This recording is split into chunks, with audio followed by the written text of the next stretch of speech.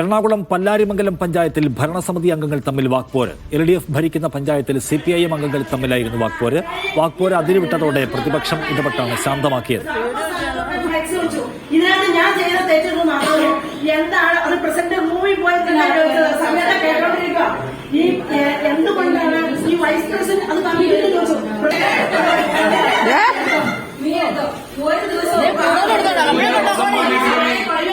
സിജോ വർഗീസ് വിവരങ്ങളുമായി. സിജോ, എന്താണ് പ്രശ്നം? എന്താണ്